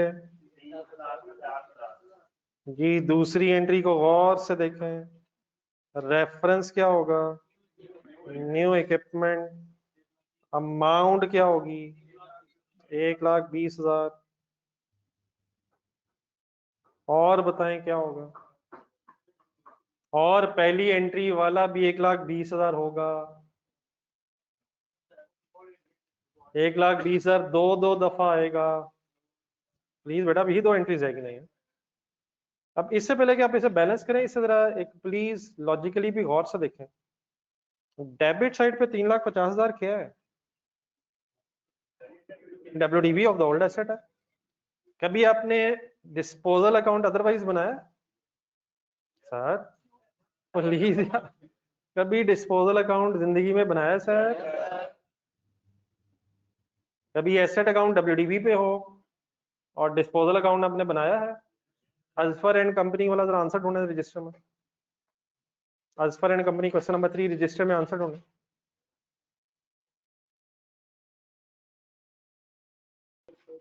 Azfar and company please, question number 3 था, उसमें डिस्पोजल अकाउंट रिक्वायरमेंट भी थी। डिस्पोजल अकाउंट में अगर एसेट अकाउंट डब्ल्यूडीवी पे हो तो बस क्या और क्या होता है, डब्ल्यूडीवी, और कैश की जगह यहाँ क्या क्या आ गया है, डब्ल्यूडीवी और नया एसेट, कैश की जगह नया एसेट। क्या बात पूरी हो गई है, कुछ रहता है? एक्यूमुलेटेड एप्रिसिएशन भी तो रहती है सर प्लीज, वो कब आती है, जब एसेट अकाउंट कॉस्ट पे हो। परसों अपने क्लास में क्वेश्चन नंबर 5 भी किए, एक सेकंड, क्वेश्चन नंबर 5, लेकिन वहाँ डिस्पोजल अकाउंट नहीं बनाया, रहने दो, वहाँ डिस्पोजल अकाउंट नहीं बनाया। तो डिस्पोजल अकाउंट में दो ही फिगर्स होती थी यार, अगर एसेट अकाउंट डब्ल्यूडीवी पे हो, ओल्ड एसेट और कैश। यहाँ ओल्ड एसेट के साथ साथ कैश की जगह क्या आ रहा है, कैश लिया है या न्यू एसेट ले लिया, बैलेंस द लेजर। क्या अब इस लेजर में गेन लॉस कैलकुलेट होना चाहिए? लेजर में लॉस अगर हो तो डेबिट बैलेंस या क्रेडिट बैलेंस, और डेबिट बैलेंस लेजर में किस तरफ, सही बैलेंसिंग करें सर। क्या ये 230 का loss debit balance of ledger है, डेबिट बैलेंस है, क्रेडिट बैलेंस है? फाइनल है सर।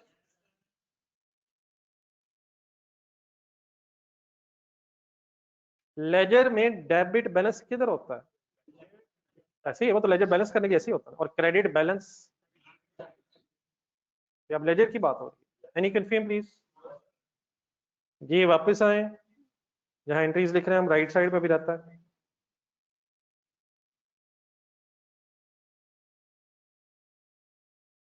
जी लेजर बन गया इस पर। जी सर, अब सही फिनिशिंग टच दें जी, वाइंड अप करें इस बहस को। लिखने से पहले वाइंड अप करवा दें मुझे, ताकि आइडिया हो जाए कि अब आप क्लियर है या नहीं। लेफ्ट साइड और राइट साइड, लेफ्ट साइड को देखना है, राइट साइड पे डिसीजन लेना है। सेम रहेगा, डिफरेंट रहेगा। पहली एंट्री, वंस अगेन पहली एंट्री अलग अलग कर लें, कंपाउंड करना इशू नहीं है। क्या पहली एंट्री जो left side no separate ledger में हुई है, वही सेपरेट लेजर वाली सिचुएशन में भी होगी? नए इक्विपमेंट की पहली एंट्री क्या वही होगी? क्या कैश वाली एंट्री सेम ही रहती थी? तो new equipment debit, disposal credit. Once again मैं जरा स्टेप वाइज चल रहा हूं। 120 ओके जी। दूसरी एंट्री, दूसरी एंट्री बेटा सेम रहेगी, disposal debit, old equipment credit. Entry के वर्ड सेम रहेंगे, लेकिन क्या की बजाय क्या होगी, अमाउंट डब्ल्यूडीवी की बजाय कॉस्ट होगी। 7,50,000 सर कहां से आ गया? उस सेम डेटा से सर, उस सेम डेटा से। लेकिन अगर ये एंट्री कॉस्ट पे होगी तो साथ ही दूसरी एंट्री कौन सी भी होगी, accumulated depreciation debit and disposal account credit. Kindly आप ढूंढ के बताएं कितनी थी। और यार 3,50,000 तो डब्ल्यूडीवी थी। अब हम बात करें कॉस्ट और एक्यूमुलेटेड एप्रिसिएशन की। ओके सर, अगली एंट्री क्या न्यू इक्विपमेंट डेबिट 3,80,000 और cash credit 3,80,000 as it is ही होगा। लेकिन डेफिनेटली वंस अगेन कौन कौन सी एंट्री कंपाउंड हो जाएगी, मेरी पहली और ये जो आखिरी है ये इकट्ठी होके वही और हो जाएगी। इन अदर वर्ड्स, रुके गौर से देखें, न्यू एसेट की एंट्री सेम ही होगी, प्लीज न्यू एसेट की एंट्री सेम ही होगी। ओल्ड एसेट वाली एंट्री डब्ल्यूडीवी की बजाय कॉस्ट पे होने की वजह से कौन सी एंट्री भी होगी? ज्यादती कर रहे हैं सर, हम देख के डिस्पोजल का डी लिख रहे हैं। प्लीज क्या नए एसेट की एंट्री सेम है दोनों तरफ?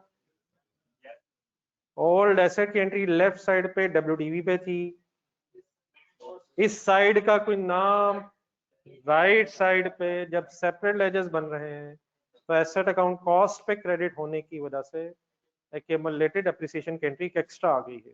मीन्स टू से शायद यहाँ पे 2 की बजाय 3 एंट्रीज गिन लेते हैं। प्लीज एक दफा बता दें, नए की एंट्री सेम है? नए की एंट्री दोनों तरफ सेम है सर? पुराने की एंट्री में क्या फर्क है? जब नो सेपरेट लेजर है तो डब्ल्यूडीवी पे एंट्री है, और जब सेपरेट लेजर है तो कॉस्ट पे एंट्री होने की वजह से एक्यूमुलेटेड एप्रिसिएशन की एंट्री भी हो रही है। ये एंट्रीज लिखें और देन इन एंट्रीज की बेस पे भी जरा एक डिस्पोजल अकाउंट काइंडली बना लें।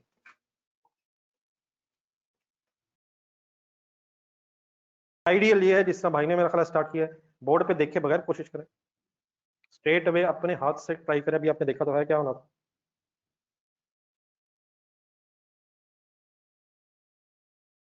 जी बट ऑनलाइन स्टूडेंट्स प्लीज।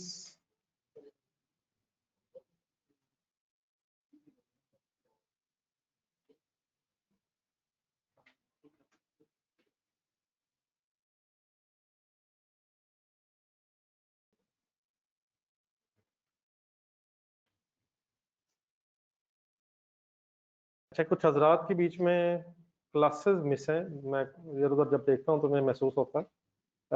इसका कोई शॉर्टकट नहीं है, आपको ये क्लासेस कवर करनी पड़नी है, अदरवाइज हैज़र्ड सा थोड़ा थोड़ा आइडिया हो जाएगा, लेकिन इससे गुजारा होता नहीं है। तो अगर किसी वजह से कोई क्लास आपकी रह गई है और टीएस लास्ट में टीए भी अवेलेबल है, उससे क्लास के एंड में कोई लिंक वगैरह का पता कर लें। तो शॉर्टकट प्लीज नहीं है, विदाउट लेक्चर्स बात सही तरह समझ नहीं आएगी, और क्वेश्चंस कंप्लीट होने चाहिए जितने क्लास में सॉल्व हुए। ठीक है प्लीज, और पूरी पूरी कोशिश करें कि हमेशा क्लास रेगुलरली अटेंड हो।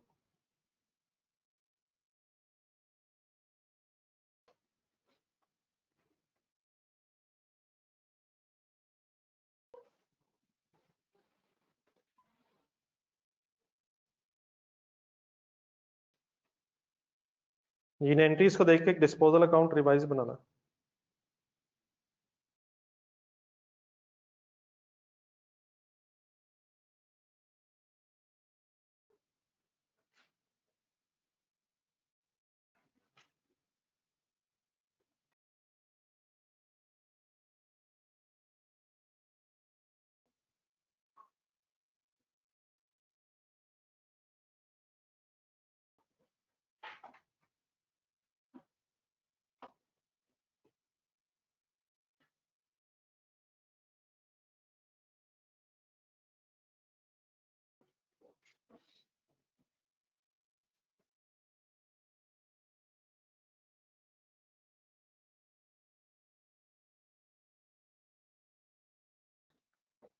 Any confusion anywhere?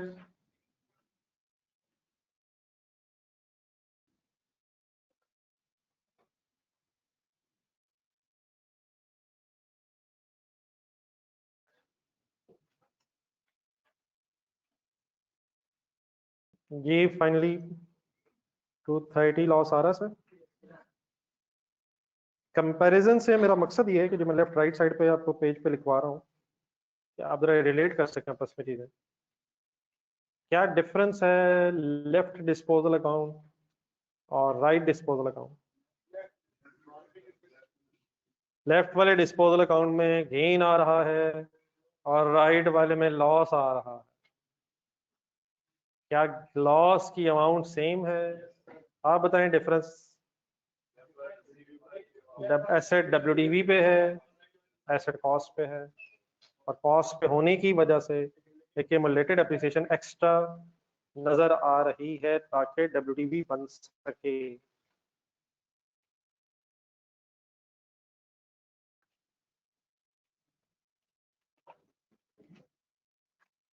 जिस तरह मेरे कहने से आपने 1-2 दिन पहले घर जाके डिस्पोजल की एंट्रीज की समरी बनाई थी, ये सेंटेंस मेरा गलत तो नहीं हो गया? जिस तरह अल्हम्दुलिल्लाह आपने मेरे कहने से एक समरी ऑफ डिस्पोजल की एंट्रीज बनाई थी, तो आज काइंडली जरा एक अगर खुद से सारा देख के एक नजर रिवाइज करके सारी पॉसिबिलिटीज में एक दफा दोबारा बना लेंगे तो शायद याद होना, याद रहना इजी हो जाएगा। और डेफिनेटली बनाते हुए फिर अब आप कंपाउंड ही लिख लें, अलग-अलग आप लिखने की जरूरत नहीं है। ये देख लें कल आ गई।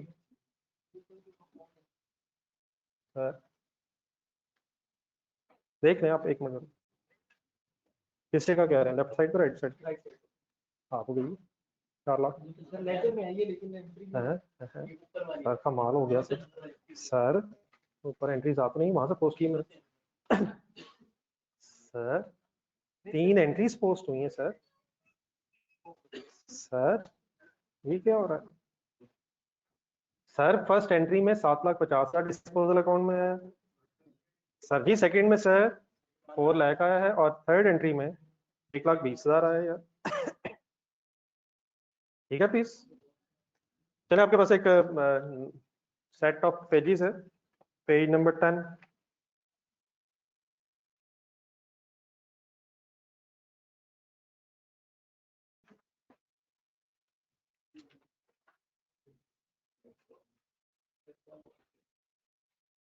Page number 10 please. स्टार्ट वाला क्वेश्चन नंबर 1।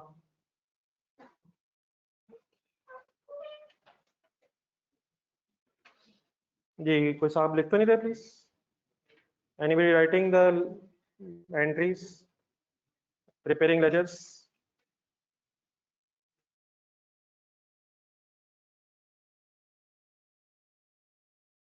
अच्छा, मेरे ख्याल बुक्स का भी शायद आपको मैसेज आया होगा, तो एक आध दिन में जरूरत पड़ जाएगी तो काइंडली अवेलेबल कर लें। ये पेज नंबर 10 क्वेश्चन नंबर 1 जो ऊपर है। The following information is available in respect of the machines of Akmal Brothers। एक सेकंड रिक्वायरमेंट होना।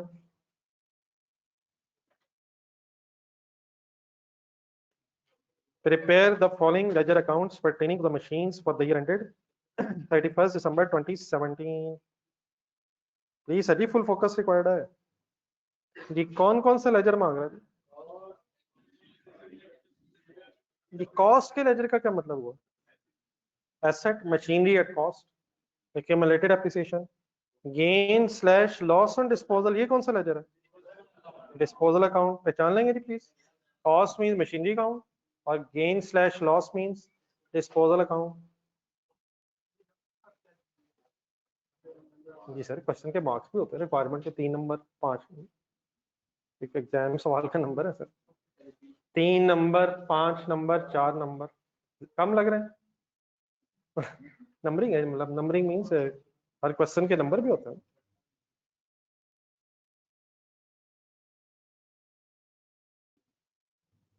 जी एक रिप्लाई करिएगा जी। सर क्वेश्चन में लेजर्स रिक्वायर्ड है सर जी, लेजर्स रिक्वायर्ड है। Separate ledger of accumulated depreciation वाला सवाल है। अरे point number 1, the balance of cost and accumulated depreciation as on 1st January 2017 were 8 lakh and 3,33,000 respectively। एक सेकंड के लिए रिक्वायरमेंट में जाके ईयर एंड देखें। पॉइंट नंबर 1 में वापस आए, ब्रॉट डाउन दिए हैं sir. A machine acquired on full of concentrate, और जो भी मैं क्वेश्चन पूछूं सही तरह सोच के आंसर दीजिएगा। A machine acquired on 1st January 2014 having net book value of rupees 31,935 on 1st January 2017 was sold for rupees 34,000 on 30th April 2017। एक सेंटेंस और भी है, उसको 1 मिनट छोड़ के पहले जितना पढ़ा अभी मैंने वो दोबारा पढ़ा। जी जी जस्ट एक मिनट, जस्ट एक मिनट।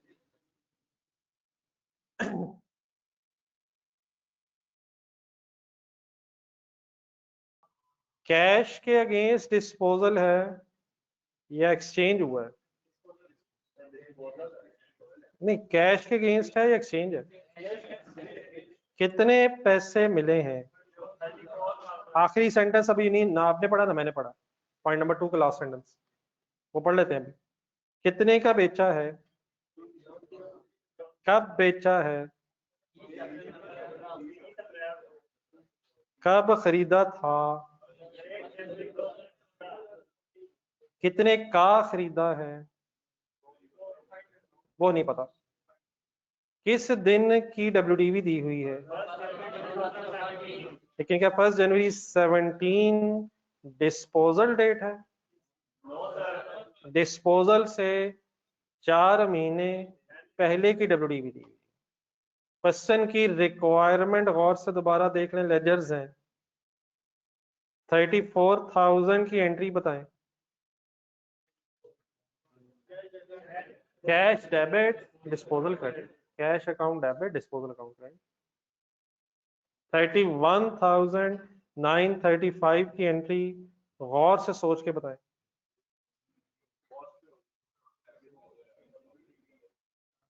ID 1,935 की एंट्री 4 महीने और डेप्रिसिएशन चार्ज करने के बाद होगी।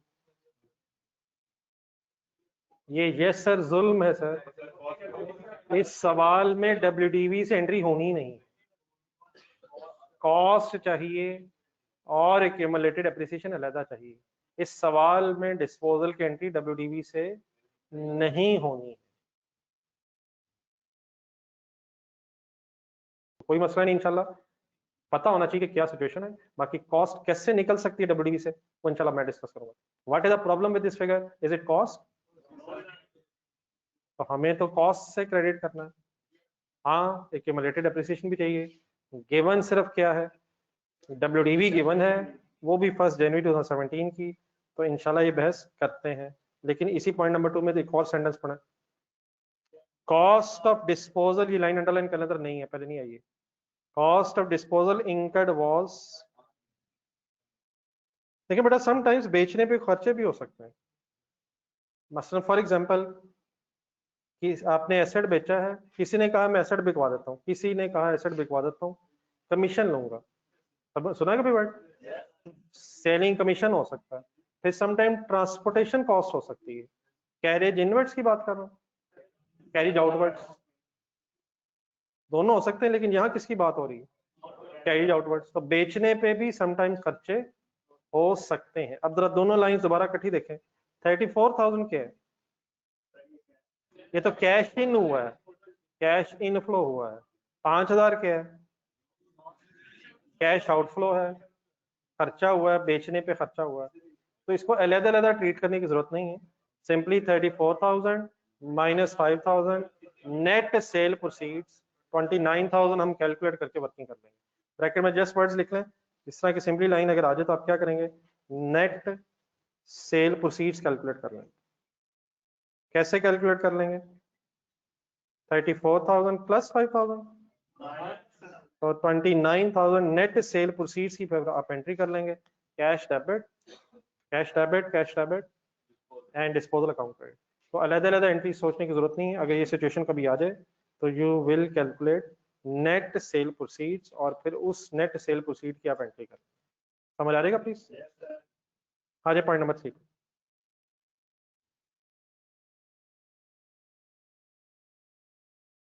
On 1st July 2017, दोबारा कंसंट्रेशन जी please.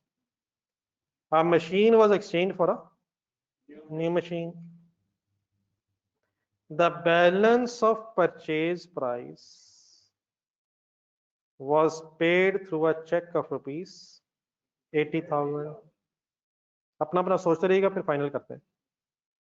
List price of the new machine was 1,30,000। List price का वर्ड अंडरलाइन करो।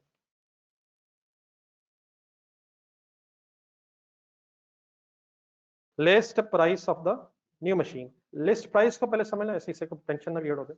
जब भी कोई आप चीज खरीदते हैं, अगर आपको चीज खरीदना तो साथ जो सेलर होता है नहीं वो पेज देता है, एक साथ पर्ची भी देता है जिसपे वो लिखा होता है, उसकी उसके बिजनेस का नाम होता है, फिर चीज का नाम होता है, पैसे लिखे होते हैं, प्लीज आईडी है ना, तो वो इनवाइस कहलाती है, वो सफाई के इनवाइस कहलाता है। तो इस इनवाइस के ऊपर जो प्राइस लिखी होती है उसे लिस्ट प्राइस कहते हैं। तो अगर आप चीज बेच रहे हो तो list price mean sale price sir, और अगर आप खरीद रहे होंगे तो list price means purchase price. और डेफिनेटली आप बेच भी मार्केट प्राइस पर रहे होंगे और आप खरीद भी मार्केट प्राइस पर रहे होंगे। सही बात ये कि उस सफ़े पे जो लिस्ट हुई हुई है, किस सफ़े पे, जो हमें मिला है अगर हमने चीज़ खरीदी है, प्लीज प्लीज, और अगर हमने बेचा तो हमने वो सफ़ा दिया होगा। इनवाइस आपको कब मिलती है? जब आप चीज़ खरीदते हैं या बेचते हैं? आप खरीदते हैं, जो बेचने वाला होता है वो दे रहा होता है, तो वो पेज के ऊपर जो प्राइस लिखी होती है वो लिस्ट प्राइस है। अगर आप खरीद रहे हैं तो वो परचेज प्राइस है, और अगर आप बेच रहे हैं तो वो सेल प्राइस है। पढ़ के बताएं, परचेज प्राइस है या सेल प्राइस है? परचेज प्राइस है। मशीन ले रहे हैं, नई मशीन ले रहे हैं। पुरानी मशीन की बहस हुई है ये, या नई की बात हुई है? तो नई की प्राइस क्या है? तो लिस्ट प्राइस मींस नथिंग। कब ये परचेज प्राइस होगी? अगर परचेज हो रहा है। और कब यही सेल प्राइस होगी? अगर हम बेच रहे हैं। अब क्लियर है प्लीज? 130 सेल प्राइस है या परचेज प्राइस है? हमारे एंगल से इस वक्त ये परचेज प्राइस है। नहीं समझ आया? Last sentence, the old machine had been acquired का मतलब हासिल किया, खरीदा, at a cost of rupees on 1 October 15। अब ये 3 पॉइंट नंबर 3 जरा दोबारा पढ़ें, और मेरे 3 4 5 6 सवाल आपके पास आने लगे।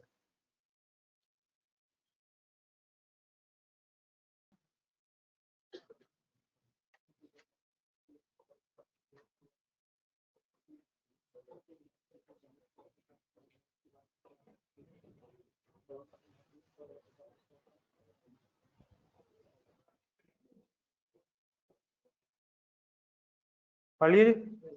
एक्सचेंज डेट बताएं।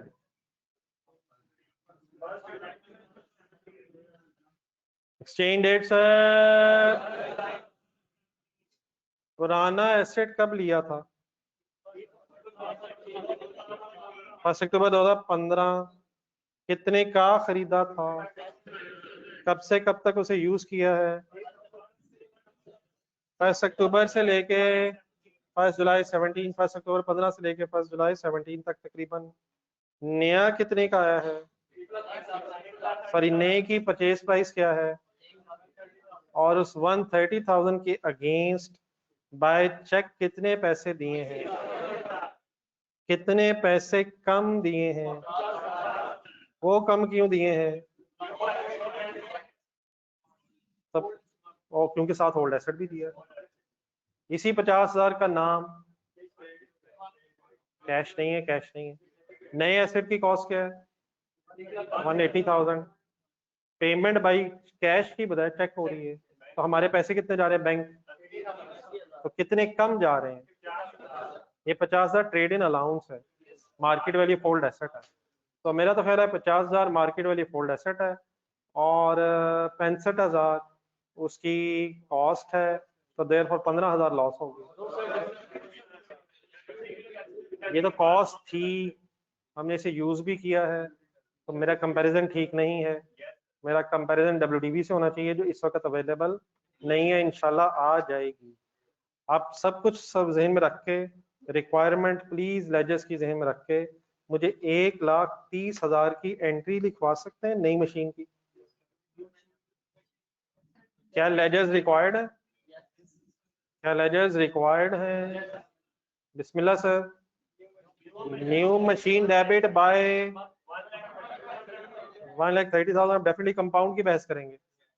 कैश की जगह जरा बैंक कर लें, बाय चेक पेमेंट हो रही है 80,000, और 50,000 के अगेंस्ट डिस्पोजल अकाउंट क्रेडिट हो जाएगा। बात कुछ समझ आ जाएगी सर? अपने हाथ से इसी जगह जहां ये जगह मैंने बनाई है, आप बनाकर एंट्री लिख लो, बाकी फिर पोस्टिंग वगैरह लेजर में करते हैं। तो ये सारा खेल डबल एंट्री का है, और डबल एंट्री में ही जहन चलाने की कोशिश करनी है।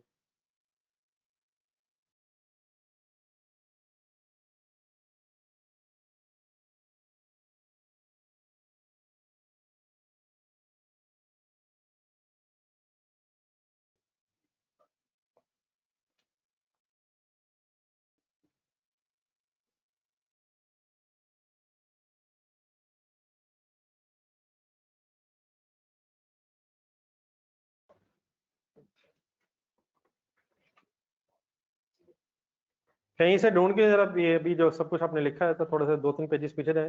ट्रेड इन अलाउंस का फार्मूला बताएं। फार्मूला पूछा मैंने, लिखा हुआ है। कॉस्ट ऑफ न्यू एसेट कितनी है 130, कैश पेड कितना है, अब कैश बाय चेक पेड है, आई होप कि इतना तो हमें पता है, कैश बाय चेक, तो बैंक क्रेडिट बाय 80 है, तो 50,000 is trade in allowance which means market value of old asset, new asset नहीं, मार्केट वैल्यू तो न्यू एसेट के 130, 130 मार्केट वैल्यू न्यू एसेट 130 होगी। ये सारी जो बिजनेस की ट्रांजेक्शन है, ये कमर्शियल ट्रांजेक्शन है, क्या ये मार्केट प्राइस पे खरीदी और बेची जा रही चीजें? सर सोच रहे हैं तसल्ली, बिजनेस मार्केट प्राइसेस पे होता है, तो what should be the market price of the new asset 130। हम कितना दे रहे हैं, हम 80 दे रहे हैं, बाकी क्यों नहीं दे रहे, ओल्ड मशीन भी दे रहे हैं।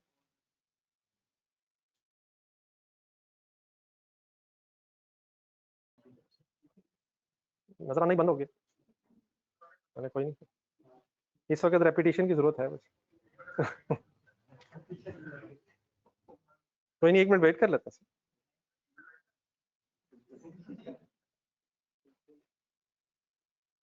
जैसा मैं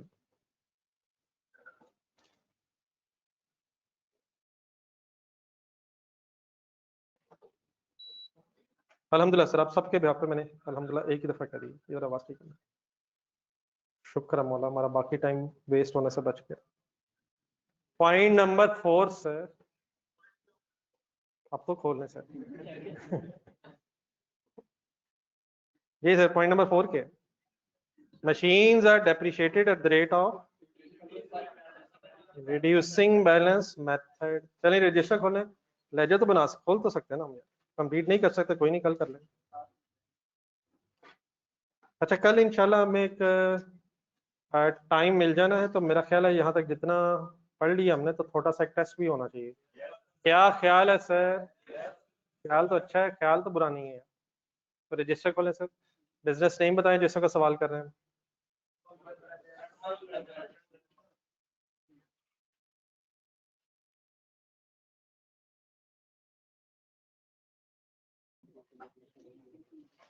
लेजर अकाउंट्स,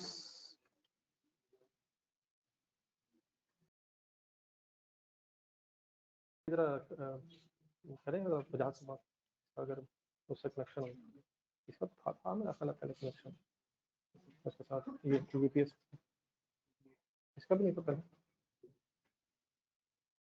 अच्छा सर, ये जो हमें कॉस्ट का दिया हुआ है, तो हम जब इसे ओपन करेंगे लेजर को, तो वो कॉस्ट के नाम से नहीं नहीं, मशीनरी कॉस्ट बेटा ऊपर पीछे लिखा हुआ है मशीनरी, इसी रिक्वायरमेंट में मशीनरी की बहस हुई थी। Prepare the following ledger accounts pertaining to the machinery, तो असल में ये वर्ड्स है machinery cost, machinery cumulated appreciation and machinery disposal account. Machinery लिख लेते हैं, मर्जी आपकी, सिर्फ कॉस्ट लिखना तो ठीक है, लेकिन मशीनरी कॉस्ट ज्यादा बेहतर है। लेकिन प्लीज वो जो मशीनरी वर्ड है मेरे ख्याल है वो कॉमन तीनों के साथ पहले ही आ रहा है। Prepare the following ledger accounts pertaining to the machines, तो मशीन्स की कॉस्ट, ये क्यूमुलेटेड एप्रिसिएशन भी मशीन्स की है, और डिस्पोजल अकाउंट भी मशीन ही का है, लेकिन वो बार बार शायद हम अक्सर नहीं लिखते, लेकिन मशीन के साथ तो मेरे ख्याल है मशीन लिख लें, कॉस्ट के साथ मशीन, मशीन की कॉस्ट।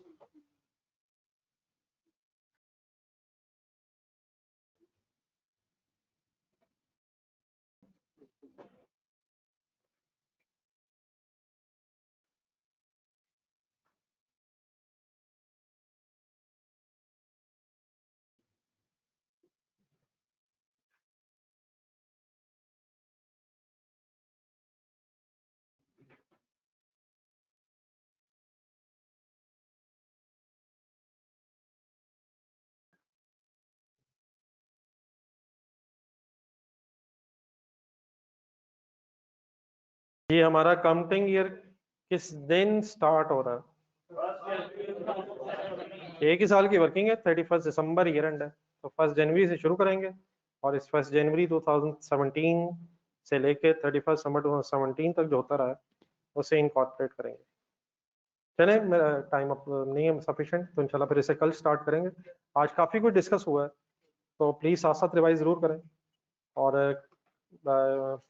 इन्हीं क्वेश्चंस की बेस पे एक कल टेस्ट भी है, तो थोड़ा सा 1-2 क्वेश्चन चले मैं बताता हूँ, उनको तो ज़रूर रिफ्रेश करें।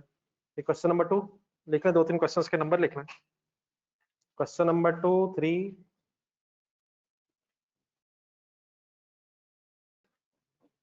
और 4 रख लें, 2, 3, 4। एक फैजान था, अज़फर था और एक ज़ियाकोट था। तो इनमें इन 3 चीज़ क्वेश्चन में सारी चीज़ें आ जाएंगी जो पहले हमने की थी। बाकी इंशाल्लाह कल कंप्लीट कल पहले करेंगे और फिर नहीं, इन तीनों क्वेश्चंस में से टेस्ट तो मुनासिब वर्ड नहीं है। इंशाल्लाह उसी में से टेस्ट आएगा जो आपको पता है। तो क्वेश्चन तो नया होना चाहिए ना, सेम क्वेश्चन तो रिपीट नहीं ना होना चाहिए सर, फिगर्स नहीं होनी चाहिए। बाकी डेफिनेटली यही कॉन्सेप्ट की बेस पे आएगा। जी सर, इंशाल्लाह कल क्लास के टाइम में कर लेंगे, निकाले टाइम। आज पढ़ के कल रिफाइन कर लेंगे थोड़ा सा, मेरे ख्याल इसको भी रख लेंगे, इतना टफ भी नहीं है। आज वाला भी रिवाइज करें ना आप, तो बाकी तो सिर्फ हमने एंट्रीज ही करनी है। अल्लाह हाफिज। आज वाला भी मिला लें सर, कोई मसला नहीं।